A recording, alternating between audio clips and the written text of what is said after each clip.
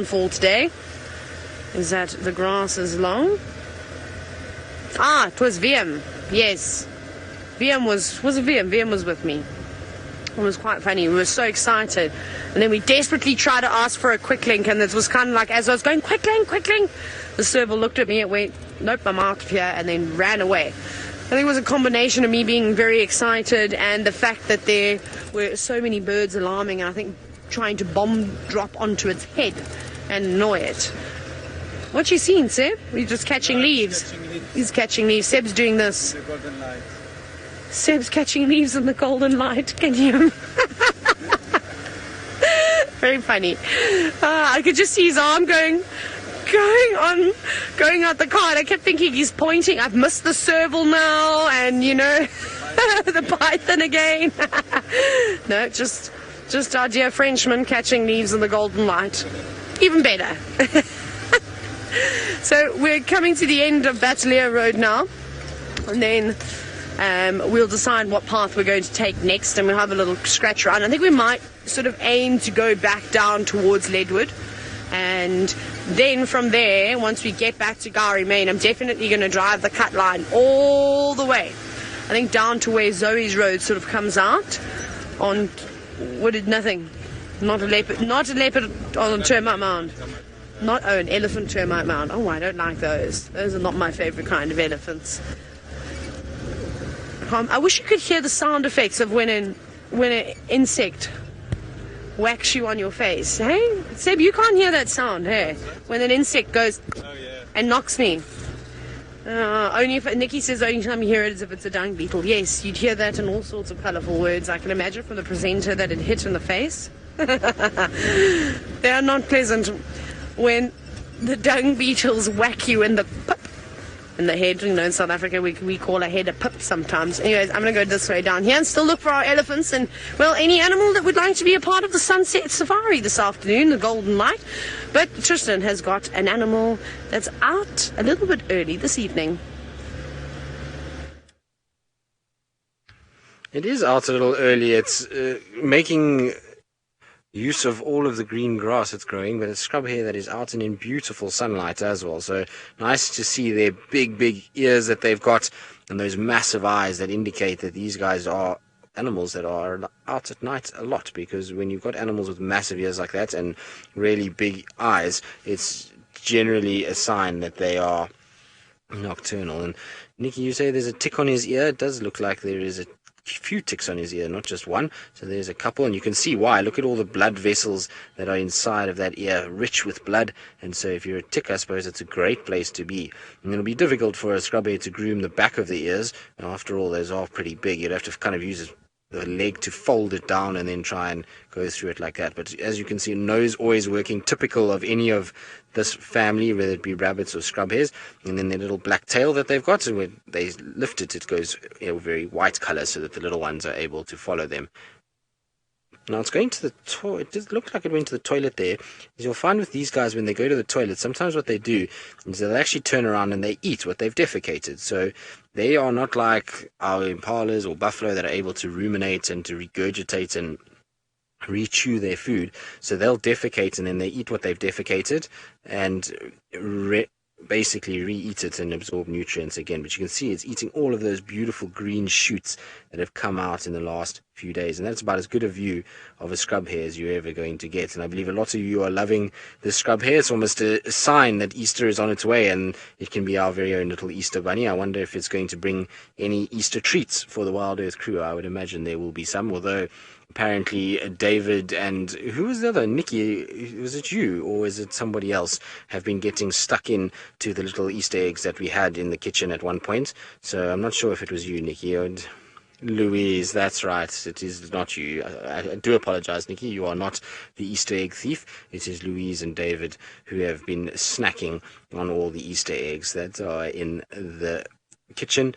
and it's actually Nikki's not anything to do with Easter eggs, but she is the biscuit police. So Nikki today had told us all off because we are a bunch of hooligans that are not able to open one packet of biscuits at a time, and 3 different packs were open and they were going stale, and so we got told off by Nikki, which is all very right because it is not on that we do that. But anyway, they've now been put in a jar by David, so David put a massive kind of biscuit jar together. Now, while I'm thinking about all of these things, I was actually thinking that maybe some of you would like to, since we can't find a leopard this afternoon, and I was thinking about photos that I received today, I thought maybe some of you might like to see this little leopard that was seen on the northern boundary. So I'm just going to try and find the photo of it, which it's not a very easy photo because it's just off the back of somebody's camera. So maybe if I turn it, VM, let's see, if I turn it, is it better? I don't know, because now it's side on. But that's the little leopard that was seen just north of the boundary. Cutie, isn't it? So it's a bit bigger than Tundi's cub, but not quite as big as Shadow's cub. So who it is, I'm not quite sure, but it's definitely not Shadow's cub. I promise you now that is not it. It's smaller than that. So before any of you think that it is Shadow's cub, it is not Shadow's cub. I can promise that. I wonder if it's not that female with the 2 cubs that has been seen on Buffelshoek over the last little bit, given how skittish this cub was. Apparently it was in the tree and it just ran down the tree and ran away from them. So I think it's probably in all likelihood that individual. But interesting, must be little Djuma babies, or, well, it could be quarantine babies, it could be Djuma, it could be this Wabayiza, it could be all kinds of different individuals, but interesting to see nonetheless. Good, let's carry on and see what else there is out and about. You know what I also saw just now that was really nice, we didn't get it on camera, but really nice to see, was a scarlet chested sunbird, which is not something we get to see very often. Sorry, little scrub hair, I do apologize. I don't mean to chase you away and out of your feeding area, but I've got a date with Hosanna that I'm trying to find. I'm late for my date, exactly, Nikki. So First Lady, male and female scrub hares won't always be together, but when there's mating season, well, yes, then they are together, and you'll find them sitting side by side, and then sometimes you'll even find male, female, and all the little babies as well. So it's quite cool when you get all of them together. I think Brent had 4 of them together the other day. Now we're at the back of Chitwa's camp because Hosanna loves it here, so we're just trying to check that he's not lying about under some shade here digesting his bushbuck, but so far no sign of him this side. There's a squirrel on top of the sort of, oh, it's gone now. It went down the bank there. So I'm just trying to find a scarlet-chested sunbird. For those of you that have never seen a scarlet-chested sunbird, it is a seriously pretty bird. So there we go. That's a picture of a scarlet-chested sunbird. So we saw one of those just now flying about. Isn't that nice? It's got beautiful black feathers with that red or scarlet chest, and then that little kind of iridescence around the beak area over there. So very, very pretty bird. Unfortunately, it just didn't sit long enough for us to get it on camera, but there is around. And Chitwa's a great place actually for sunbirds because of the amount of aloes that we get in the camp here, and so you get a lot of white-bellied, collared, scarlet-chested. So very, very cool. Anyway, let's carry on. Let's see. I'm sure Hassan is going to pop out. Maybe he's been having a little nap at the lodge and it's now time to kind of waddle out with his big belly that he must have. And so while we wait for his waddling out, let's go across to somebody else who has a rather large belly these days in the form of Brent Leo Smith.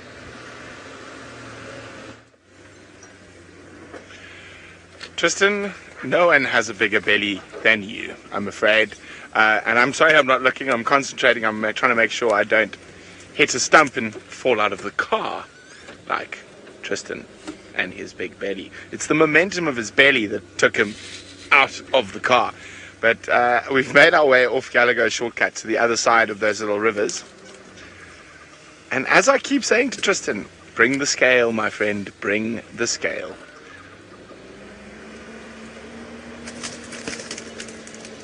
Okay, so I'm hoping those lines, there was no sort of tracks of any of the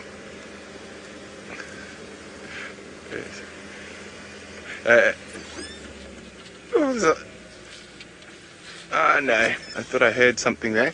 So what we've done is we were just on the other side of these thickets up ahead a little bit earlier, and we couldn't see anything, and These guys, we have had them on foot before, but I don't want to scare them, especially in these thick areas. So I don't want to walk too much in here, because if they run over 2 or 3 of these little river systems, to try find them again will be near impossible.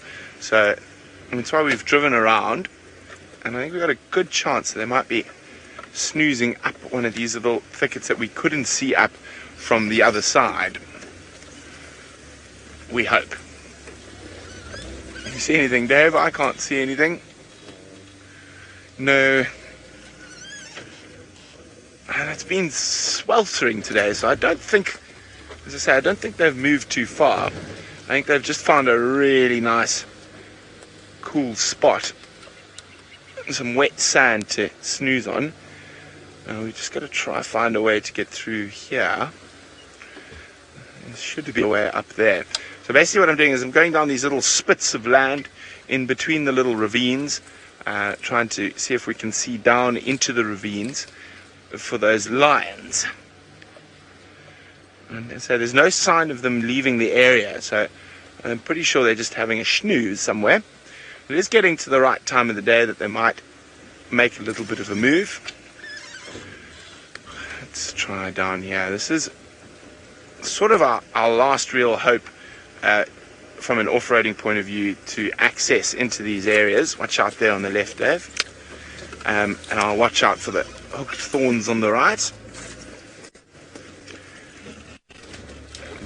Because I don't think we're not going to be able to, if they're up in this section of the river here, we're not going to be able to get in there. It's too steep, it's too thick. And well, I'm sure we could get the car in, but getting the car out would be a completely different story. Steph would be too happy. Here we go. So you can see what I mean when we're almost on a vertical bank here. It goes straight down here. So I'm saying, I'm pretty sure they've just found a nice cool spot in one of these little ravines to have a snooze, and we can get a little bit further down and check. We're on a little spit of land between the 2 ravines, and my thinking is that they've actually gone up this one. But so far we can't see anything.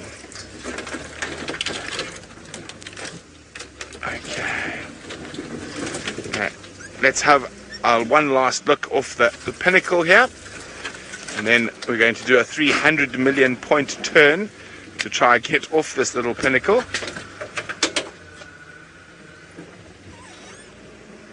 Alas, not a lion in sight.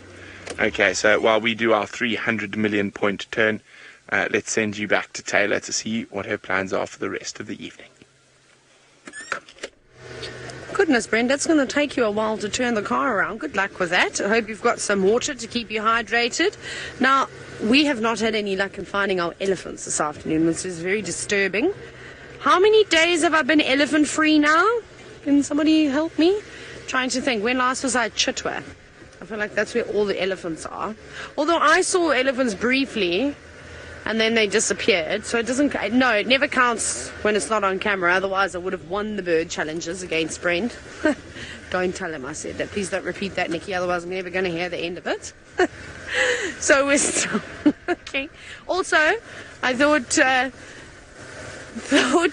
I'd just catch you up with what's going on. You know, the hips and the happenings of the DRC, the FC Final Control Studio. So earlier, you may remember that Alicia went off. She's D2ing, assisting Nikki in directing today, to go and find a snack. She came back with a snack. Nothing for Nikki, though. She came back with some soaked oats. Yep. I hope they're delicious. That sounds so nice. I can't wait. I think, instead of having dinner tonight, I'm going to have soaked oats. Hey, Seb, and you as well. Seb is going to be catching leaves in the golden light and eating soaked oats. Well, Alicia, I hope that those soaked oats are everything you've ever dreamed of and as soaked and moist as oats could be. That's what I hope that they are. Anyways, let's get back to wildlife now. We can try and find some. Hello, silver cluster leaf. Right, the elephants have been working hard in here though, and I can see why. There's lots of food around for them, but all the silver cluster leaves have been pushed over. And I know I've been talking about it a lot, but I'm still really surprised by it, because I haven't actually seen many silver cluster leaves being pushed over. So it's really, really quite amazing in my opinion. Right, well, I don't have any animals here, and well, I'm going to try my best to try and find you some more. However, Tristan does. Let's go see what he's got. I do indeed. I've got these little dwarf mongoose. We've had some luck today with dwarf mongoose. This is the second grouping we've seen today, and they're doing much like the ones this morning in that they are all over the road running around. Now there's a little water point very close to where I am.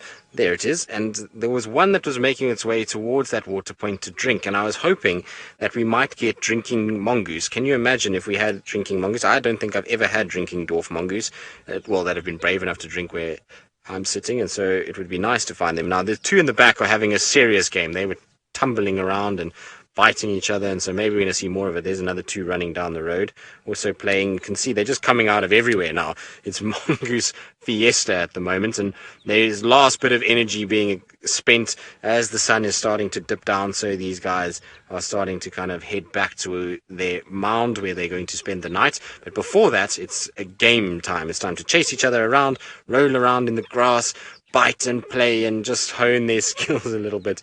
Very, very cool to see. There comes another one. Hello, little one. They got a big fright because of the Franklin. Shame. They went running because the Franklin came down and made a whole bunch of noise. So there's an Untitled Franklin. If anybody is not known what that is, easy to identify these guys. Very plain looking bird with orange legs with that spur that comes back. In fact, it's an Untitled spur fowl, not a Franklin these days, I'm sorry to say. And then orange beak. But there comes more mischievous trouble. Now the Franklin's involved. Look at that. The Franklin's chasing the mongoose.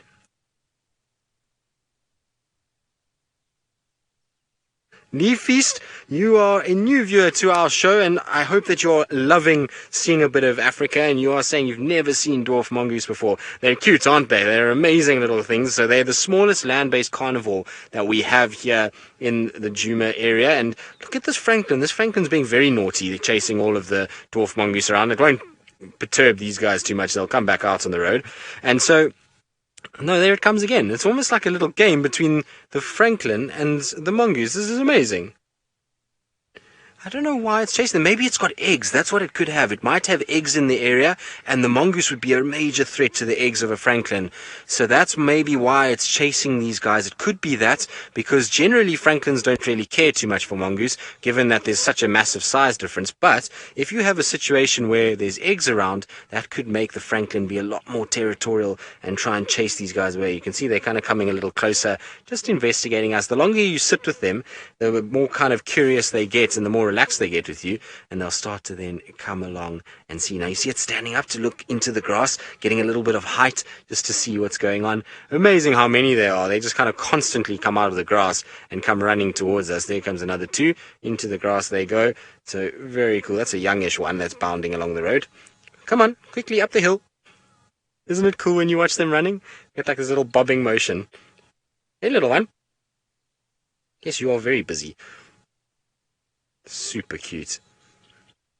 That is cuteness overload. I know that some people say they look like rats, but I think they're very cool little animals, and I love watching them and actually spending time with them. They're always up to something, this lot, and they're very mischievous. And you see how they kind of creep into the grass. And amazing, their camouflage. Once they get into the grass, there is no chance of seeing them. Now we've got two left on the road. One is having a little lie down, just enjoying the last little bit. Are they going to play? Let's see.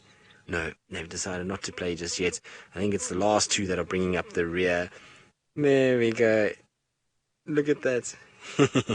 Now, I believe a lot of you are loving this just as much as I am, and you're saying that they're so cute. They are incredibly cute, and that's the last one that's disappeared into the long grass. How special was that? That was very, very cool. That was an epic dwarf mongoose sighting, and the Franklin being in there as well is just amazing. It's the first time I've seen those two species interact like that, so that's epic. Nice. Well done. Good job, Vim, as well. That was very, very cool. So I'm sure our little dwarf mongoose are going into their little holes now. The sun is just starting to set, and there goes the Franklin running down the road again. Sorry, Franklin, if I disturbed you as well. No harm meant. So we're going to do one last swing past the dam and then up onto Gowrie Main and just check any sign of maybe a leopard moving. Now's the time. The temperature has really gotten to a great kind of coolish level, and then there's also, you know, the sun is starting to get down, so it's getting to that time of day where the light's starting to become a little bit less, a little harder to see what's going on. So perfect leopard time, and I'm hoping that maybe, just maybe, we pick up a leopard somewhere here. It would make my day. I've got leopard withdrawals at the moment. I'm going to start twitching tomorrow. If you start seeing me twitch and foam at the mouth, you know what's going on. It's just that I haven't seen a leopard in very long. I've only had one leopard sighting since I've been back from leave, which is no good. It's been very, very bad for my health, and Wiem, he's going to start showing similar symptoms because he's been back now for almost, well, 3 drives and no leopard for Wiem either. So Vildi and I think, are going to be in a situation where we might need to be checked into the mental hospital if we don't find a spotted cat in the next few days. Hey, Wiem. You're not that bad yet. You're still charged up. Yes, because Wiem went home. And for those of you that don't know, Wiem has got cats at home, and he absolutely loves his cats. And so he says to me now that he's still a happy man and a content man because he got to spend some time with his cats on his leave, and so he's very chilled with that. And so he's not too bad just yet. Don't worry, Wiem. I'll give it another day of no spotted cats, and we'll talk again and see how you are. But like I say, I might start twitching at some point, and just don't worry about it. It'll be okay. It'll be eased as soon as one of them comes out of the bush and decides to grace us with their presence. It's good to have droughts like this though sometimes. Makes you appreciate them more. If you have leopards every day, not that I don't think I'll ever not appreciate a leopard, but if you have them every day, you just forget how special it is to be able to see them. So, you know, it's good to have a little bit of a drought sometimes. When the drought breaks, it will be all good, and we should hopefully find... Oh, there's an owl. Did you see? There's a barn owl. Hold on, there's a barn owl. Now, Linda, you say we could still get a last-minute leopard. Yes, but we've got a barn owl in this nest. It just flew into that nest, so it's obviously nesting inside here, which would be very cool to see. I can't see the owl now. It went straight into that hole. I just saw it fly from one tree into there, and I don't want to disturb the area, but let's just be patient for a little bit. Maybe, just maybe, we might be able to get to see the barn owl. Now, barn owls are not very common. Well, they are common owl species in this area, but we don't see them very regularly. They normally come out after dark, and so it's tough for us to be able to find them, but maybe, just maybe, we'll get a little glimpse. I'm going to just try... Wiem, let's just go back a bit to get a bit of an angle. I also think if we go back far enough and I just try and turn the vehicle, maybe just tell me if you get a gap through these tamburtis, Wiem. No, it's going to be tough from here. I can see the hole a little bit, but maybe if we go up onto this bank, hold on. Let's just try... I'm going to just try and see if I can get us into a better position. Just give me 2 seconds. Just got to go around a little bit. But that's so cool. Barn owl, and it might have a nest. Imagine if we can find it and it has chicks in there. How cool will that be? Could also be why the birds were going crazy earlier. This is where I had the birds going mad when we were at Chitwa, when we started our drive, and so maybe the barn owl was sitting somewhere here, and that's why everybody was getting so kind of frustrated. But let's try and get into a position. Maybe I can get kind of straight on. Actually, the last time I was with Wiem at Chitwa, this is where we had Kuchava, so it seems to be a good spot for us, Vildi. So there we go, there's the nest. Just tell me if you've got a good angle there, Wiem. Now, is it in there? No, I need to go forward for Wiem. Let me go forward a bit for you, Wiem. So just tell me when you've got a good gap in there, Wiem. Is that good? A little bit back. So sorry guys, I apologize about the shaky picture. It's my fault. There we go. Okay. So somewhere inside there should be an owl. It's obviously quite deep inside, so we can't see too much. I want to just have a little quick look. There, can you see it? See its eye looking at us? So there we go. There you can see the barn owl looking at us from inside of its little nest. Now there's no chicks that I can see, but there is the owl sitting inside there, giving us those big black beady eyes, and then that facial disc that is synonymous with barn owls. Now, is there just one or is there two in there? It looks like there might be two in there. I can just see the one clearly, but the one to the left, there might be some movement as well. But how cool is that, guys? So there's a barn owl in a big opening that can only be described as a nest area, and it's yawning. So there we go, Nikki. So Nikki's never seen a barn owl before, and there's your first one on the live drives. Now, I know that there is two in there, isn't there? There's chicks in there. There's chicks. Yes, there's little chicks in there. Look, at the base of that little bird, it looks like there's little chicks moving around. I think it's chicks. That's very cool.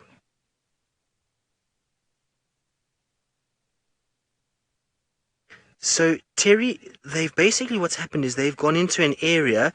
Yes, it looks like there's definitely movement in there of maybe another bird. I can't see if it's small chicks or what it is, but basically these were built by probably a hummerkop. So is a type of bird that we get to. In fact, it's calling at the moment behind me. But hummerkops build these nests, and then the owls have come in and just repurposed that bottom section for themselves. How cool is this? That is very, very, very cool. Wow. What a nice find. Now, we're going to have to monitor this because this is something that we don't get to see very often at all. Now, I'm trying to see if there's something else inside there. I don't want to get too much closer because I don't want to disturb them any more than what we are already. Now, David, it's probably not too hot in there. With all those sticks around it, you'll probably find that it's quite well insulated, so it's neither too hot nor too cold, but it will keep them out of the rain and the wet and the wind and those kind of things. So it's probably a fair temperature. It's got a nice big entrance, which will be perfect for getting a bit of air inside there. But there's definitely movement low down. I don't know if it's its wing or if there's tiny little chicks that are moving around in there. It's a very difficult angle, and we're at our maximum zoom length at the moment. Difficult to say. I'm trying to see if I can get the light. Sorry, guys. I'm trying to get the light in a good position. There we go.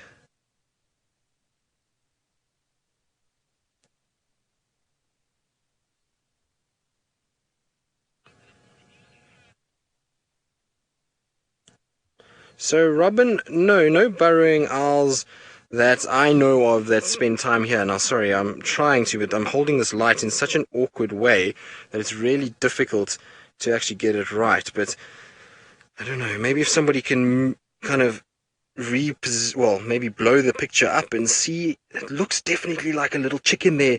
There's a little chick there. How cool is this? Little chicks in a nest with an owl. Now, we don't get to see owl nests at all, but look at that. There's a chick in there for sure. That's amazing. So barn owls are not something we see often, and now we found a barn owl nest. How cool is this? We're going to have to keep coming into this area and follow what goes on. Maybe we'll find all kinds of cool little things moving around in there. So VM's gotten a bit closer, but there, yes, look. They're just kind of bouncing around. How's this? That's incredible. Very, very, very cool. So it just goes to show you, sometimes you can have the most random luck. We've had a tough, quiet day, but I can promise you that this is one of my highlights. I have never found a barn owl nest that is active like this. That is amazing. So that's the little chick that we're seeing. The adult is just to the left of it. So how amazing. This is so cool. Epic. Nice, nice, nice. Right, I'm going to stop shining our light into this nest. I'm going to leave them alone. There's actually two chicks. Look, two chicks. You see two different beaks? See that? So there's two different beaks there. So two chicks and an adult on the left-hand side. That's amazing. So cool.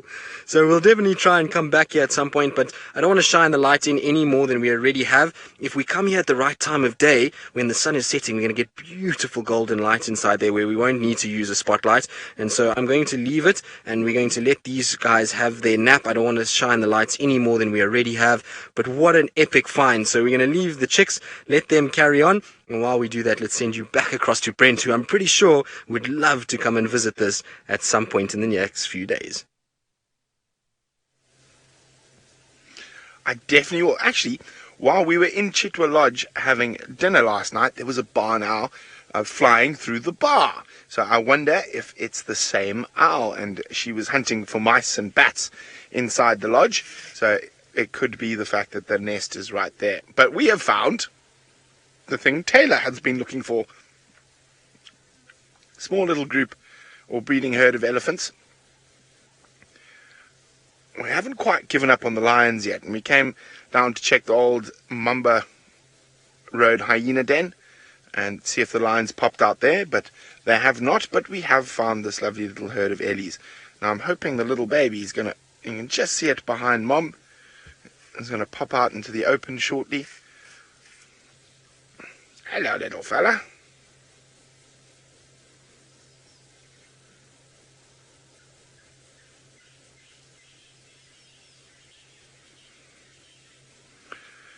Very peaceful scene, and it's always wonderful to spend time with elephants. Nice relaxed herd. Okay, it looks like they're going to move out into the open up ahead, so I'm going to get ahead of them there, and hopefully we can have a close encounter of the elephant kind.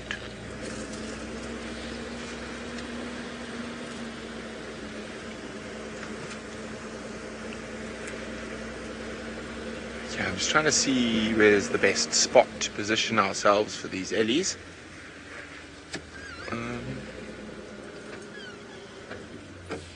Of course, they've stopped moving now. I was hoping they might come towards this little puddle next to us. Oh, let's just wait here for a little bit and watch. And you can see the tusks on that female that we can see through there that Dave's about to show you. There we go. Kane was asking about the tusks and why do elephants have tusks. Kane, in the elephant bulls, they're used for fighting over females, but other than that, they're very, very useful for feeding. Now you can see she is right-tusked. You can see her right tusk is far more worn down than her left tusk. So elephants, like people, can be right-tusked or left-tusked, or right-handed, left-handed, and they will use their tusk to strip bark off trees, to pick up, with the aid of their trunk, to pick up fallen branches to get to food sources underneath. So their tusks are very, very useful, and are used far more for feeding than fighting. But the big males use their tusks when they're in must and they need to fight for breeding rights for breeding rights with females.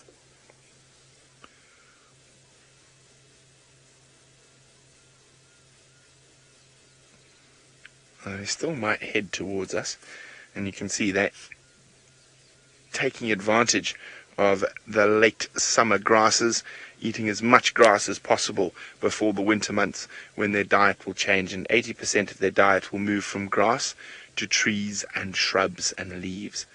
There's the mom of the little one. As I say, I was hoping they're going to come towards this little mud wallow next to us.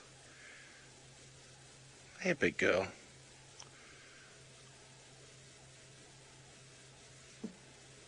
Very, very peaceful.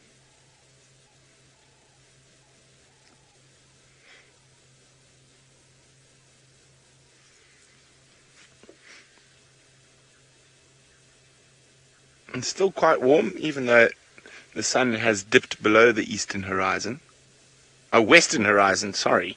It comes up on the east and dips in the west. But it is still quite warm, still quite humid. So there is a chance that they might take advantage of this little mud wallow next to us. And you can see that their ears are still flapping quite regularly to bring their core body temperature down.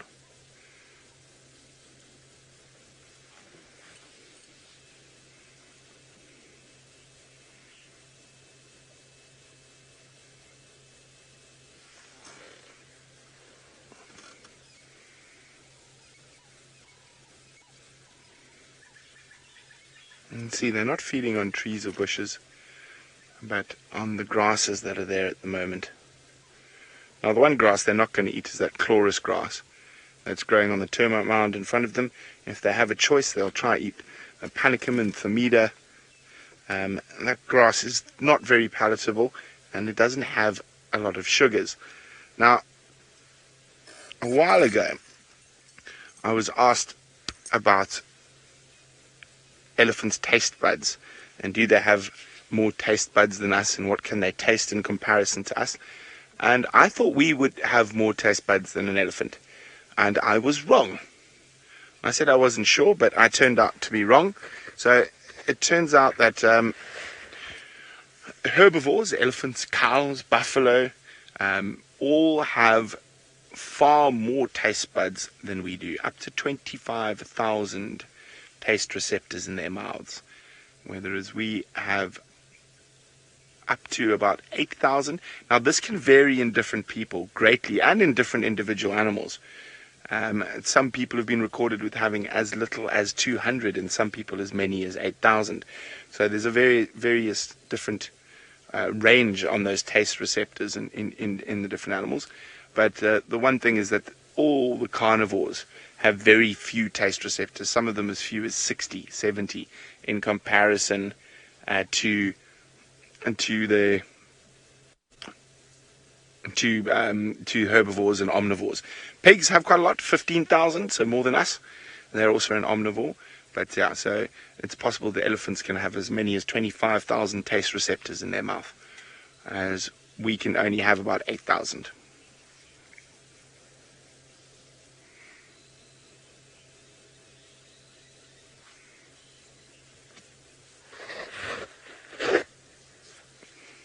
Now, since we've been talking about the mouth, there's an organ that most animals have in their mouth called the Jacobson's organ, which animals use to pass on messages, or through urine. They'll sniff the urine and be able to tell whether an animal's in estrus or in must or whatnot. And Teddy Bear's wondering, do elephants have Jacobson's organs?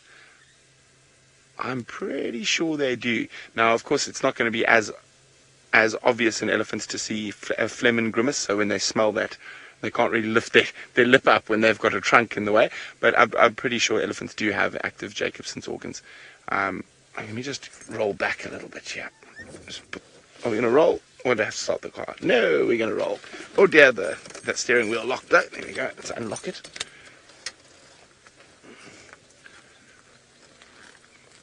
There we go. Hello, you.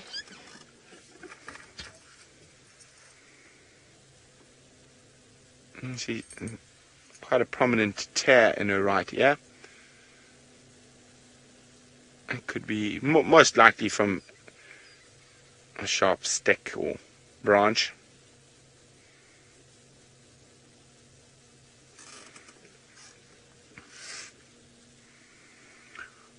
I'm going to sit with these ellies a little bit longer. I'm hoping they're going to come towards this little water hole, maybe have a bit of a splash. And I'm hoping Taylor has some luck with elephants in the last little bit of drive. I don't know, Brent. Feel like nature's saving up for a really good elephant sighting, but that's okay because I've just seen some welches sitting up in a dead tree. Let's hope they don't fly away. Actually, behind this brown ivory tree. That's a brown ivory tree there. And now, let me try to sneak on in. Hi, Welches. There they are. Two of them. That's a good spot to have a sleep. Those are two white-backed vultures sitting in the tree with empty crops. It doesn't look like they've eaten anything. Well, not anything substantial today. Oh, there's funny birds to have a look at. And you can actually hear the other birds. Can you hear them?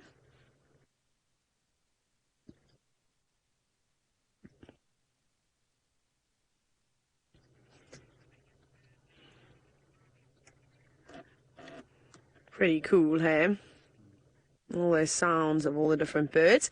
Now, the sound of a vulture is not heard very often unless they're scrapping over a carcass. Then you get the most Jurassic Park-like sounds. But Brian, you're wondering, what is the biggest bird that we have out here?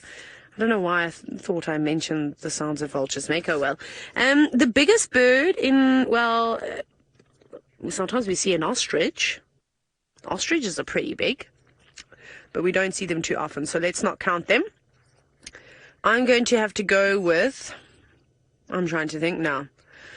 I was just about to say that, Nikki, funny enough. It's going to have to be one of the storks, and it was probably going to be the saddle-billed stork. Stork was my answer, and Nikki actually, she jumped up and she put her hands up and waved them around and said, me, I know the answer, saddle-billed stork. Now, just quickly looking at the toes, Seb, because that's quite a nice view there. We don't often get to see the toes and the claws of a vulture. Now, a lot of people were often wondering why vultures don't hunt for themselves, because you think, well, they fly in the sky. You know, surely they can. It's because of that. It's because of their feet. Look how stubby their toes are. And I wish I had my bird book here, which I don't have. Silly me. I would be able to show you the feet of an eagle. And you'll see that their toes are a lot more sort of slender. They're not as stubby as this. And I suppose having feet like this doesn't really help when you're trying to grasp onto something and hold on tight. So yes, there we go. That's why vultures don't hunt very well. There are two species of vulture, however, that will hunt every now and then. What else is a big bird? I'm trying to think. Cory bustards are, of course, massive, but again, we don't see them often enough. So it'll be the storks. Yellow-billed storks, white storks are pretty large too. Marabou storks are another one. Occasionally we get to see them. Woolly-necked storks. It'll be the members of the stork family. A leopard-faced vulture is not small either, let me tell you. The whitebacks aren't too far off, but in terms of height, unfortunately, they've got stubby legs to go with those stubby toes. But such cool birds just sitting up in the tree. Now, it's not because there's a lion or a kill down below. We've driven past here a couple of times and they weren't here. I suspect that they've decided on having this spot to roost, which is a good place, in fact. And there's also a little fork-tailed drongo bouncing about every now and then. I wonder if it's getting upset with the vultures. I wouldn't imagine that a fork-tailed drongo would mind a vulture. As, like I said, they're not hunting anything. They are scavengers. I think it's actually trying to hawk and try and catch insects that are flying up ahead. And the last of the light, a beautiful bird. It'll also be going to bed shortly, though. Oh, there we go. Cecilia, you said you thought that perhaps the secretary bird is quite a large bird. You're right. You're not far off. It definitely is a big bird. It's just one that we don't get to see, sadly, very often. So I thought we would try and include ones. And I think out of all of those birds we mentioned, the saddle-billed stork is probably the one that we see most often. And I think Brent may have seen one yesterday afternoon, in fact. So more recent than the marabou stork, like I said, which was another contender, and any of the others. So we'll go with that. Listen, if an ostrich were to run across the road right now, I'd change my answer, and I'd say that's the one. Oh well. Well, we'll let these vultures sleep in peace, as I'm sure my booming voice is not letting them close their eyes. But off we go back to Brent, who's still patiently waiting for those elephants to have a drink. Here we go. We're still with that lovely little herd of elephants, slowly feeding around us. Still hoping to get a nice view of the little one. That's Mom there. And they're slowly moving around that termite mound. I can only see 3. Well, 2 at the moment. The third being the little one that I know is hiding just below Mom. But here we go. Here comes the other one right next to us. Hey, big girl. How you doing?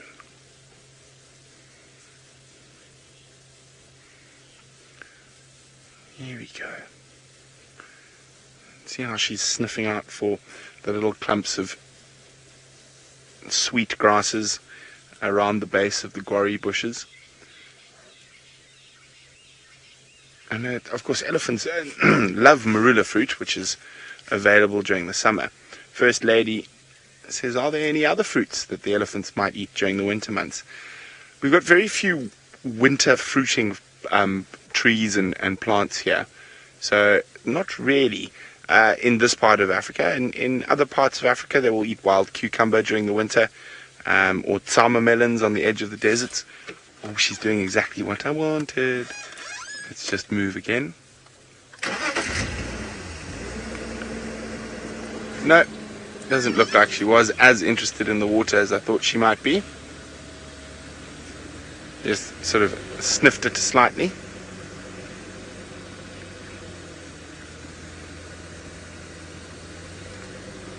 and walking on past the pan. Well, oh dear. Let's try see if we can get a view of the little one.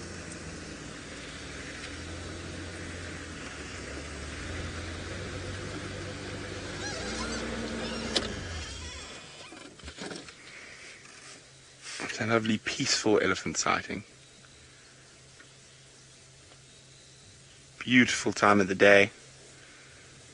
As James Henry likes to call it, the changing of the guards almost. When the babblers and the franklins make their last calls till morning, and the nightjars and owls and insects of the night take over.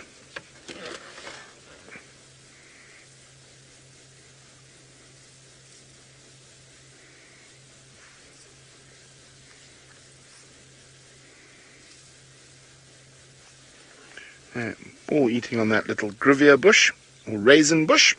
So there's another fruiting tree, but the fruits are very, very small, and the elephants actually prefer the branches of the gruyères to the fruits themselves. I think they eat the fruits indirectly because they're on the branches, but I haven't seen much gruyere fruit around this year.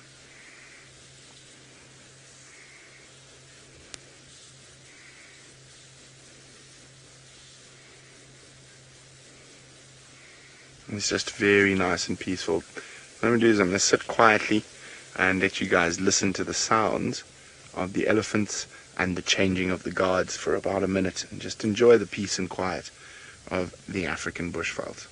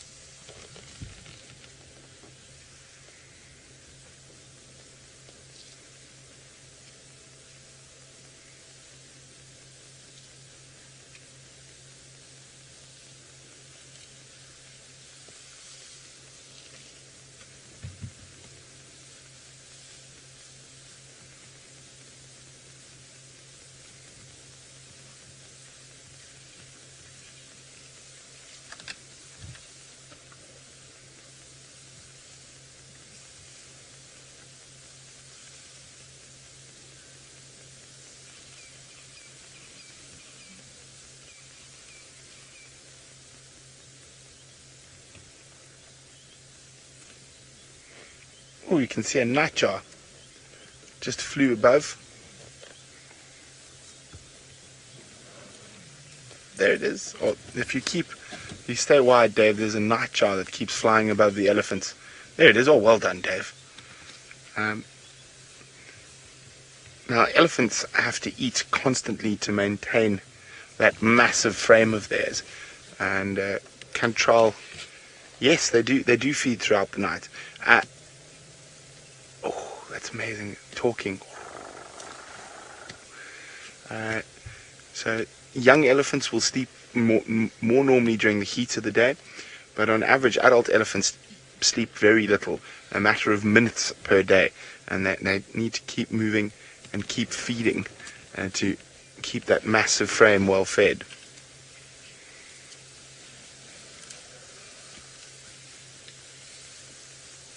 Hey, you.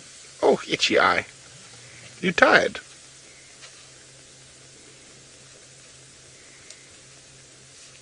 It's a little boy. Thought it was a female when I couldn't see it clearly through the bushes, but it is a young male, late teens, early 20s. See how it keeps its distance from the other two.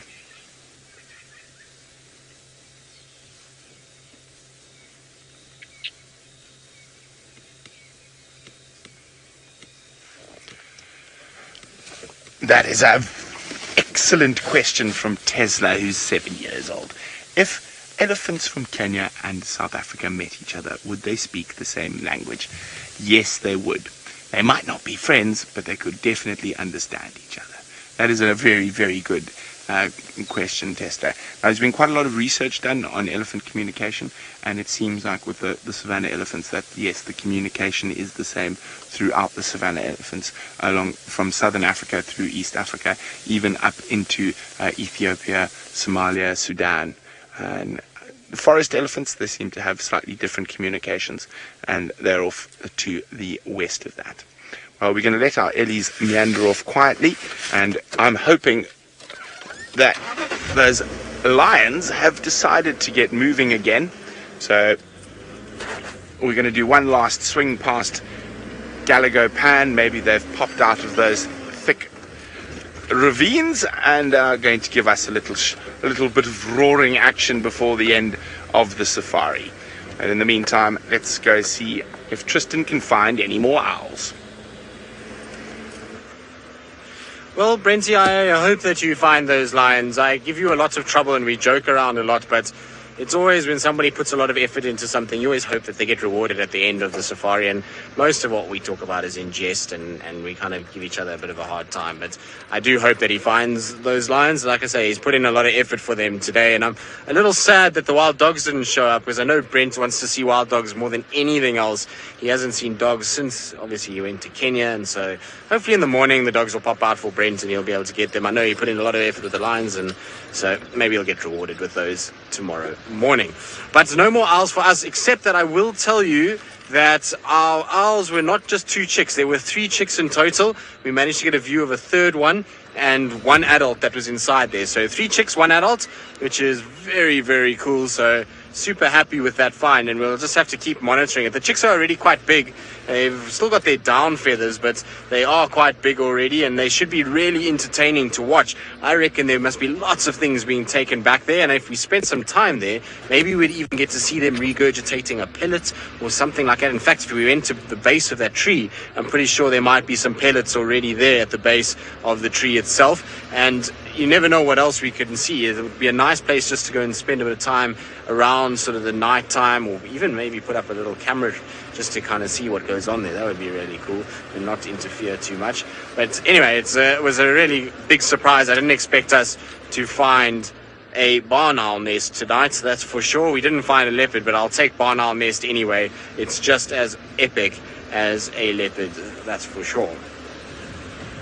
And it got spots on it, doesn't it? Yes, it does. It has spots on the wings, so that's very cool. Now, actually, earlier, I didn't even show you. I was too excited as to what a barn owl looks like, because we didn't really get to see what we were seeing with the chicks, and they're a different color altogether. So I'm going to try and find you a barn owl quickly so that you can actually see what they really look like. Beautiful, beautiful birds. I love the western barn owl, so let's have a look. They unfortunately don't sound very nice, but that's what the adult looks like. So you can see it is quite spotty. Sorry about my screen being all dirty. It's just a habit from, well, part of driving with cars and kind of things that have got gaffer tape on them. You end up getting sticky fingers, and it leaves these kind of smudges. And so that's the kind of wing of the adult. You can see it's got this beautiful sort of terracotta color mixed in with little blacks and spots, and then that big white disc. So that's the edge of those wings, what we were seeing with the 3 little chicks tucked up with it, which is very, very cool. So an epic sighting, that's for sure. Nice. Now, Djuma, I'm not sure, to be honest. I would hazard a guess as to yes, they are monogamous, and my gut feel tells me monogamous, but I might be wrong. But I'm 99% sure that they are monogamous and that they do mate for life together. I could be wrong, and I am open for anybody to let me know. Just remember your #SafariLive, and you can tell me whether or not I'm right. But I think I am right in that most of your birds of prey are monogamous animals, and I know with barn owls they do use similar nests every year.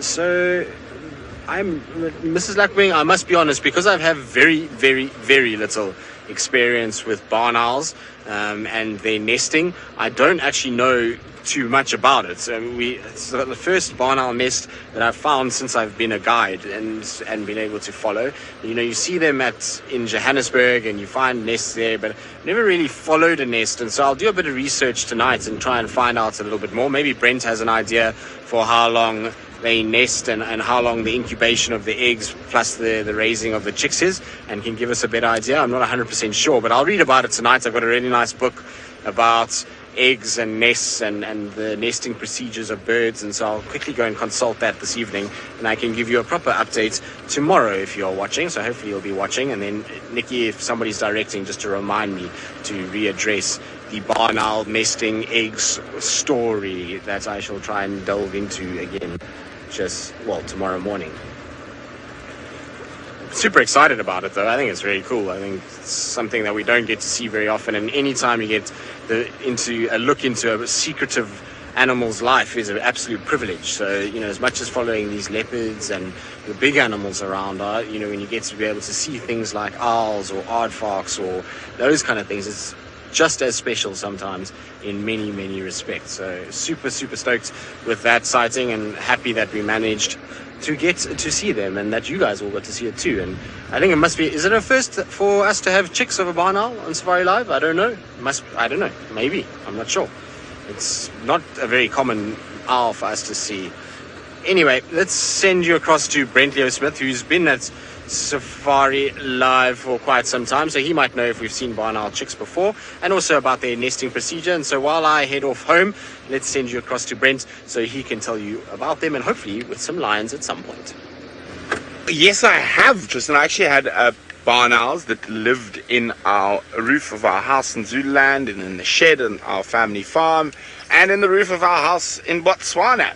So I've seen quite a lot of barn owl chicks, and actually at sporting school as well. They lived in the squash courts, and they are monogamous, and they are completely monogamous.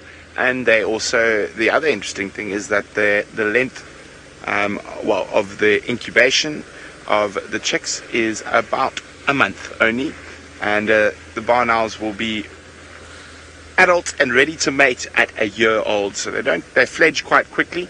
They fledge within about 2 months. So, baby scrub hair. Where'd you go, baby scrub hair? You see him, Dave? I don't want there. It's a little scrub hair.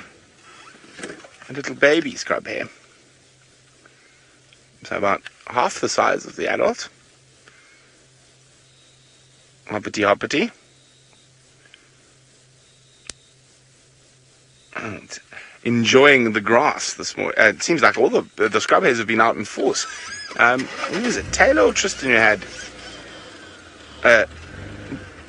scrub hair this afternoon? He's still there. He's going to run away. He's run away.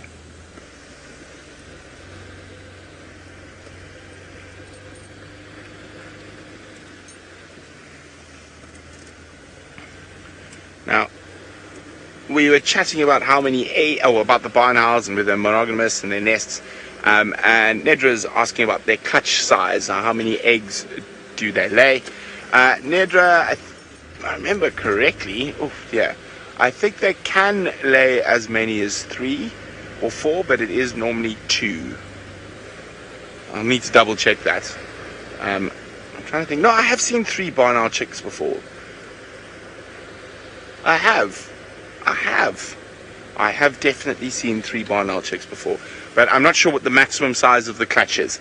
I'm gonna hopefully have one last crack at these kitty cats. In the meantime, let's go see how Madam McCurdy is doing. Okay. Sorry, Seb was pointing out that there is a bat fluttering its wings across the screen, so that's what you heard me murmuring. Or you may have heard Seb shouting it. Now, before we, of course, close the old sunset safari, I do just want to mention to all of you, all our friends that are in the UK and in Europe, remember, daylight saving starts tonight, so you'll all be joining us on safari an hour later. If you aren't sure about what time that may be, all you have to do is just pop onto our Facebook page and have a little look-see over there, and you'll find all the information that you need. But it's been a wonderful afternoon. I don't know about you. I've thoroughly enjoyed it. Driving around, not finding elephants. A little bit sad, a little bit disappointing, but we've got tomorrow morning's sunrise safari, so we'll give it a bash. But shall we Emoy. I went to say, I was going to try and say enjoy, and then shall we appreciate also try to come out. But anyway, we got a new word there, which I suppose is no shock to most of you, but it is an incredible view out there tonight. Sadly, we didn't get to watch the sun actually disappear behind the escarpment, behind the well, not the escarpment, I'm not in the Mara, not the escarpment, the beautiful Drakensberg Mountains, which I was hoping to do tonight, but I suppose you can't have everything.